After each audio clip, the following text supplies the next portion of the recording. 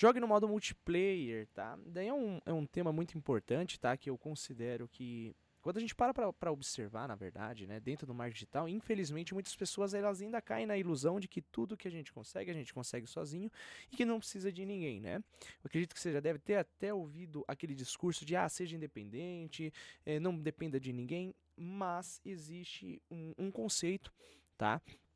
Que eu acredito que é muito importante, que é o que? A gente nunca consegue fazer alguma coisa sozinha. Né? A gente nunca consegue fazer algo de fato completamente sozinho, sem depender de ninguém. Porque nós somos seres humanos e a gente depende de outras pessoas, desde o nosso nascimento, onde a gente tem os nossos pais, né? Pelo menos a parte mais comum, né, que os pais permaneçam na parte do cuidado dos filhos. É claro que, infelizmente, a gente percebe que não tem muitas vezes pais capacitados de fato para realizar um bom, entre aspas, trabalho, né?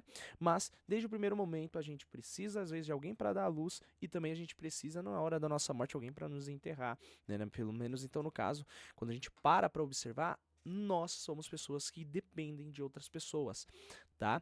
E aí assistindo o vídeo do Rafael, né, sem som, né, que aí no caso é um canal que eu gosto sempre de olhar, observar.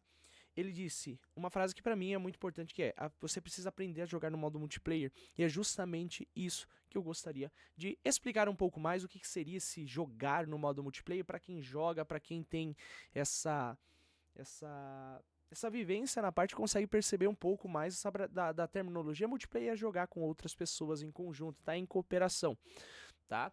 E a vida, ela exige que a gente jogue no modo multiplayer, que a gente tenha de fato esse comportamento de, olha, eu não estou sozinho, eu estou aqui para crescer e auxiliar outras pessoas, tá?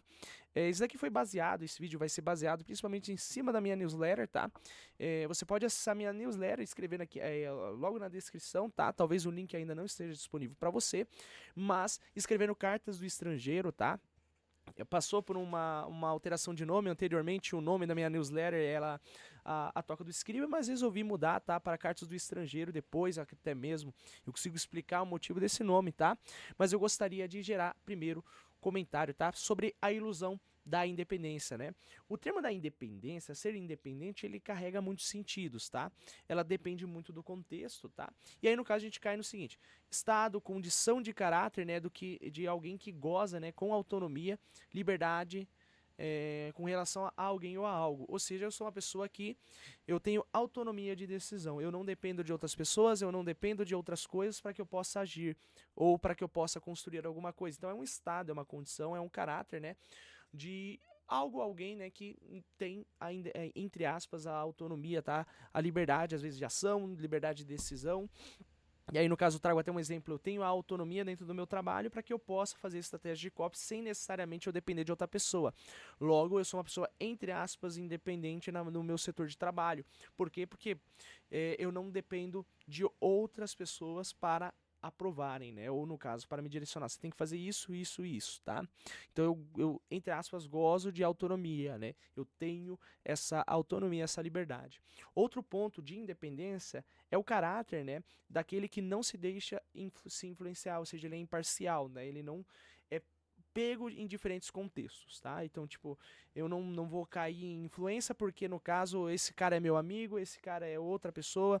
Então, no caso, eu não sou aquela pessoa que vai ser influenciada pelas coisas, tá? Então, eu sou imparcial e muitas vezes eu julgo de forma racional as coisas. Outro ponto é o caráter daquilo ou de quem não adota ideias pré-estabelecidas, ou seja, eu não sigo o tradicional, as regras, uso de correntes, ideologias, tá?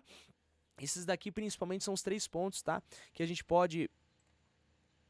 Esses aqui são, inclusive, tá? Os 3 pontos que a gente pode até mesmo observar para que a gente possa, de fato, entender como é que funciona, entre aspas, a independência, tá?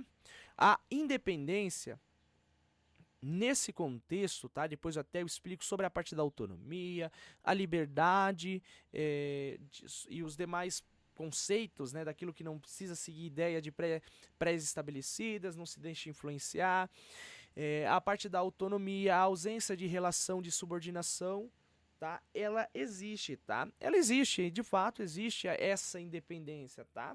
boa condição material, aquela independência financeira, independência, prosperidade, no sentido, realmente, ele trabalha também essa ideia. Só que tem uma questão muito importante, tá? A ideia de que eu não preciso de ninguém, ela é falsa, tá? Por quê?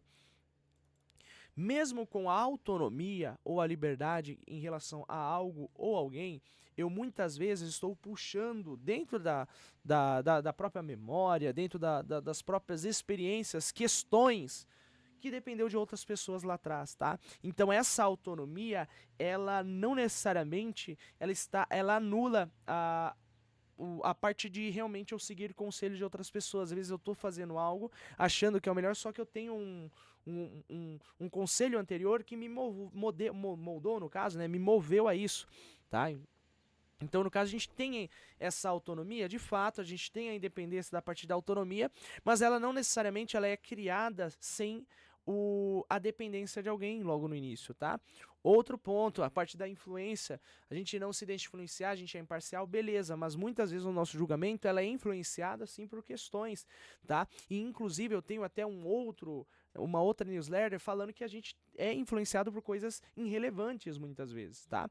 Até mesmo o ato de estar com fome, né, a gente faz um mau julgamento. Né? Então, no caso, até o Robert Cialdini ele explica sobre isso em seu livro As Armas da Persuasão 2.0. Então, no caso, por mais que a gente não se deixe influenciar, existem questões que vão sim influenciar e vai sim mudar o nosso julgamento. E aí, no caso, não é totalmente independente, né? A gente trabalhou uma dependência, às vezes uma dependência em pessoas, dependência em questões químicas, independências em relações neurológicas. Então, a gente tem isso. Ideias pré-estabelecidas também são criadas e temos dependências, mas mesmo assim a nossa ideia foi gerada por outra pessoa ou por um conjunto de pessoas, tá? Poucas pessoas criam novas ideias, tá? E aí, no caso, é mais de a gente observar, será que eu estou criando isso? Ou estou replicando alguns padrões? Ou estou escutando um amigo meu? Estou escutando uma outra pessoa que me trouxe um determinado assunto? E aí eu começo a discutir sobre isso, eu falo, pô, é verdade, faz mais sentido essa linha de pensamento. Ah, então eu sou independente porque eu sigo uma outra linha de pensamento. Não, não é isso, você está seguindo uma linha, está usando a sua própria corrente. Logo, você não é completamente independente. Então, existe uma ilusão dentro dessa história, que é o quê? Ah, eu não preciso de ninguém, eu sou melhor do que todo mundo, eu consigo tudo sozinho. E, gente, não é possível, tá? E aí, no caso, entra até mesmo dentro do marketing digital ou dentro do mundo dos negócios, isso daí é muito frequente. Pô, eu não preciso de especialista, eu não preciso de bastidor, eu não preciso de gestor de tráfego, eu não preciso de copywriter, não preciso de profissionais capacitados dentro do meu time, eu consigo tudo sozinho. Tá? Eu vi muitos players fazendo tudo sozinho e no final das contas ele desencadeava um burnout. Tá? Porque é ilusório. A gente consegue ir sozinho até um determinado limite. Tá? Entra até mesmo um ponto que é importante a gente pensar. Nós somos pessoas que dependem, sempre precisamos de outras pessoas, tá? Então, inclusive, até mesmo eu até trouxe aqui essa imagem dentro da newsletter, por quê? Porque, querendo ou não, como eu disse, nos negócios tem muita gente que, pô, eu vou alcançar isso aqui, eu tenho como meta essa Ferrari, eu tenho como meta destruir na parte do marketing digital, realmente alavancar, e, gente, sozinho a gente vai até um determinado limite. A gente precisa de outras pessoas, precisamos de muitas pessoas, tá? Inclusive vai ser até um assunto depois, mas a gente precisa, por exemplo, para alcançar novos níveis, precisamos de mentores, precisamos de profissionais, precisamos de ferramentas, e tudo isso gera uma dependência em cima das pessoas. E quando a gente entende isso, é onde entra a parte do multiplayer cooperativo, tá? É a minha noção de cooperativo, realmente de cooperar. Tá? Porque quando a gente inicia uma empresa, um negócio, não podemos enxergar nossos concorrentes como inimigos, por exemplo. Tá? O Jocko Willink, que até mesmo no seu livro Responsabilidade, sempre diz, o inimigo mora lá fora, né? Não dentro de uma empresa. Por quê? Tem gente que eles se rivalizam, eles se odeiam justamente por quê? Porque o outro é diferente, o outro faz uma ação diferente, o outro, entre aspas, está um cargo maior que eu, ele é meu inimigo, ele é meu rival, e não, meu rival, digo, depois eu vou até explicar essa diferença entre confronto e rivalidade, né? Mas existe pessoas que veem a própria equipe como inimiga, e aí começa essa dificuldade do pensamento cooperativo, porque nem mesmo meus inimigos nem mesmo meus concorrentes, no caso, são meus inimigos. Por quê? Porque eu posso aprender com eles. Eu posso pegar eles e observar, tipo, olha, eles estão fazendo isso, está funcionando, então eu vou fazer para mim também. Ou olha, eu vi que até mesmo trazer um exemplo, ó, pessoas que fazem um conteúdo parecido com o meu têm o mesmo microfone que eu, significa que eu vou mudar? Não. Não é eu vejo que funciona, eu vejo que é bom, eu vou lá e adquiro. Tá? Então é um aprendizado que a gente pega através de, entre aspas, os nossos inimigos, os nossos concorrentes. Então não necessariamente é nosso. A gente está indo contra. Sacou? Então a gente precisa entender que estamos no mesmo jogo, a gente está tendo o mesmo jogo. E aí eu trago um exemplo, alguns jogos que o pessoal acaba não tendo esse espírito cooperativo, como League of Legends, Dota, CS, né, o Counter-Strike. Muitos jogos assim, eles começam a criar o que? Em vez de pensamento cooperativo, de movimento, olha, a gente vai ter que fazer isso para conseguir ganhar o jogo, eles começam a ir contra entre si. Ou seja, eles mesmos começam a se degladiar. Trazer um exemplo League of Legends. Vai lá, o ADC tá lá, o suporte vai lá, rouba o farm, ele vai lá e começa a criar um atrito, o ADC começa a falar, pô, você não serve e tudo mais, o suporte começa a ficar com um problema e ele começa a abandonar o jogo. Ou até mesmo na parte do Dota, o HC vai lá, o Hard Carry vai lá, tem a parte do problema, com o suporte não faz o bendito pull que eles acabam tanto falando e vai lá e dá problema. E eles começam a se xingar e abandonam o jogo, trollam o jogo, o famoso troll, aquele lá que abandona a parte do jogo. Isso não é jogar, não é estar em time, em sintonia e jogar o mesmo jogo. Cada um tá jogando o seu próprio jogo. Esse é o problema. Porque a gente precisa ter em mente que a gente está em conjunto, a gente está em cooperação. Então eu preciso, o jogo do meu colega de trabalho é o mesmo jogo que o meu. Logo, a gente tem a mesma missão, o mesmo objetivo. Então, no caso, eu não vou prejudicar. Eu vou pensar em como eu posso conduzir essas pessoas de forma melhor. Ou como eu posso fazer com que a equipe seja coordenada e de forma cooperativa, agindo, sacou? E dentro do ambiente corporativo existe isso também. Inclusive entre parte de squads, ou esquadrões, ou setores de operação. Vou trazer um exemplo, eu atuo em 3 squads, numa empresa que tem 4 squads, tem mais de 50 clientes, vamos lá, eu atuo em 3 squads desse como copywriter, né? E eu também sou líder de copy, né? Então, no caso, a gente tem 4 squads. Se a gente pensar que o meu squad é contra esse squad aqui, na competição, no sentido de que, pô, eu tô indo contra essa pessoa, a gente é inimigo, a gente é de squad diferente, mas estamos na mesma empresa, mas somos inimigos. Não vai ter fortalecimento, pelo contrário, vai gerar o que? Ruído. E aí nesse ruído gera ruína. Porque em vez de eles se auxiliarem para alcançar a mesma missão, eles estão indo contra. É por isso que eu penso diferente entre, pô, não é meu setor, pô, não é minha área de competência, pô, não é. Mas será mesmo que você não consegue auxiliar a pessoa nesse sentido? Será que você não consegue pegar e pensar de forma, como é que eu auxilio a minha equipe no caso? Sacou? E a gente tem isso. Um squad, quando eu tô falando, tá, gente? Squad de marketing. Dentro do setor, a gente tem um coordenador, nós temos gestores de tráfego, nós temos gestores de projeto, nós temos copywriters, eu em 3 squads principalmente, tá? Então, no caso, eu trabalhei uma outra visão dentro de uma aula, dentro de uma monitoria que eu acabei entregando, tá? Eu falei, olha, a gente tem que pensar de forma que favoreça a equipe, favoreça o time, favoreça a empresa. Porque se a gente pensar somente em como eu faço o meu e acabou, a gente não está competindo e não está competindo, que é o próximo tópico. A gente tem que competir, que é o quê? A competição, muitas vezes, ela trabalha a ideia de combate e inimizade. Por exemplo, pô, eu tô competindo com ele, eu quero vencer, eu quero que ele seja destruído, eu quero que ele perca, eu quero que ele sofra. Mais ou menos essa é a ideia de competir, na minha opinião, tá? Na minha vivência. Competir, por outro lado, ele trabalha a ideia de desenvolvimento e rivalidade. Rivalidade no bom sentido. Por exemplo, inimizade é eu estar contra, eu tô inimigo de você. Rival é, pô, eu te respeito, eu vejo que você tá num nível maior que o meu. Logo, eu quero superar você, não no sentido de você ficar para trás, mas para eu melhorar, para que eu possa melhorar também.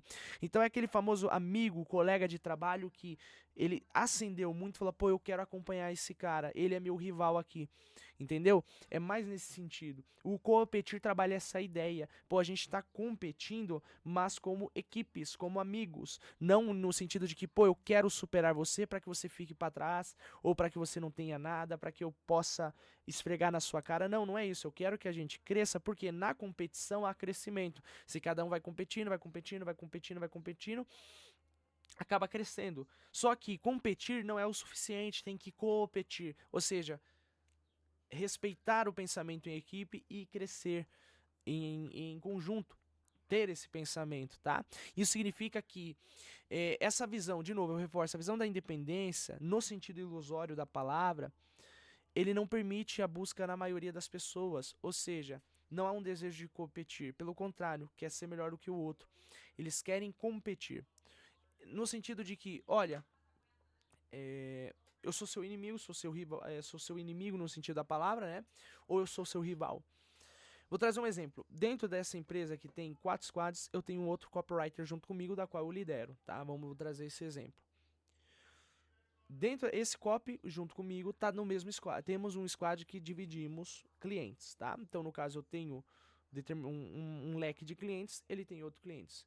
Se eu ver que ele é, entre aspas, meu inimigo, eu não buscaria melhorar o conjunto de habilidades dele. Não daria o que? Tutoria, não monitoraria ele, não falava, olha, vamos melhorar nisso, como que a gente pode melhorar nesse sentido. Não faria isso no caso, tá? Agora com pensamento de rival, por exemplo, pô, ele é um copy excelente, a gente busca melhoria junto, só que eu não posso ficar para trás. No sentido de, não é que eu preciso de forma arrogante estar na frente, não, eu preciso estar me desafiando e eu tenho que, entre aspas, desafiar ele também no sentido de, olha, vamos desenvolver juntos, tá? Essa é a ideia de competir, tá? Que eu realmente vejo, tá? E onde se aplica essa mentalidade, tá, gente? Essa mentalidade se aplica em tudo, tá? Eu já expliquei a parte dos jogos, mas no estudo também se aplica, nos relacionamentos também se aplica, na religião, para quem é religioso, também se aplica, no marketing digital, principalmente, porque a gente precisa de pessoas para comprar produtos, precisamos de pessoas para preencher equipe, precisamos de pessoa para ensinar uma estratégia melhor no marketing digital, precisa de estratégia para negócio, se você for especialista ou empresário, se for bastidor, precisa de um especialista para que possa criar um negócio junto contigo, enfim, sempre vamos precisar de pessoas, sempre vamos jogar no modo multiplayer, a gente sempre precisa pensar dessa forma, tá? Até trouxe aqui até uma ilustração de realmente desse toque. O pessoal fala muito da parte do melhor amigo do homem, que é o cachorro, né? Por que que o cachorro em si, ele é considerado o melhor amigo do homem? Porque ele não compete, ele compete, tá sempre junto. Se a gente, por exemplo, se o dono apostar uma corrida com o cachorro ganha. Perfeito, ele ganha. Só que o cachorro está ganhando porque ele quer ser melhor do que o ser humano? Não, de modo nenhum. Pelo contrário, eu acredito que não passa isso nem na cabeça dos animais. Então, no caso, eles não estão competindo para ser melhor. Eles estão ali brincando. Está ali, pô, eu tô correndo porque eu tô brincando, eu tô gostando do processo. Tô ali competindo. É isso que eu vejo como pensamento cooperativo, competir, na minha opinião, e a partir do jogar no modo multiplayer. É isso que a gente precisa ter em mente. A gente precisa pensar em cooperar. E quanto mais pessoas cooperam, mais crescimento é gerado. Quanto menos pessoas cooperam, mais problema, né, acaba acontecendo. Inclusive, até mesmo nesse grande estouro que deu na parte do vídeo do Felca, um grupo de pessoas se auxiliando para um bem maior. Perfeito, tá? Agora, existem outras pessoas que, em vez de falar, né, olha, a gente está ali colaborando com a melhoria, né, que na minha opinião é uma melhoria para a sociedade como um todo, né? Não vou nem comentar muito do assunto, não é o objetivo desse vídeo. Mas trabalhando essa ideia, outras pessoas começaram a atacar porque já fizeram um vídeo antes. Então, em vez de que, pô, agora sim teve o estouro que precisava, tudo mais, mostrou ali que o objetivo era em que? Engajamento. Não era de fato contribuir para a causa, mas sim engajamento, porque o vídeo do Felk estourou, enquanto o meu vídeo não estourou. Então é esse o pensamento que Eu acredito que vai mudar o seu jogo, vai mudar a sua forma de ver a vida, que é realmente jogar no modo multiplayer, tá? Deixa aqui embaixo se fez sentido, comente também aqui quaisquer temas que você deseja trazer, ou qualquer coisa que contribua com o assunto de jogar no modo multiplayer.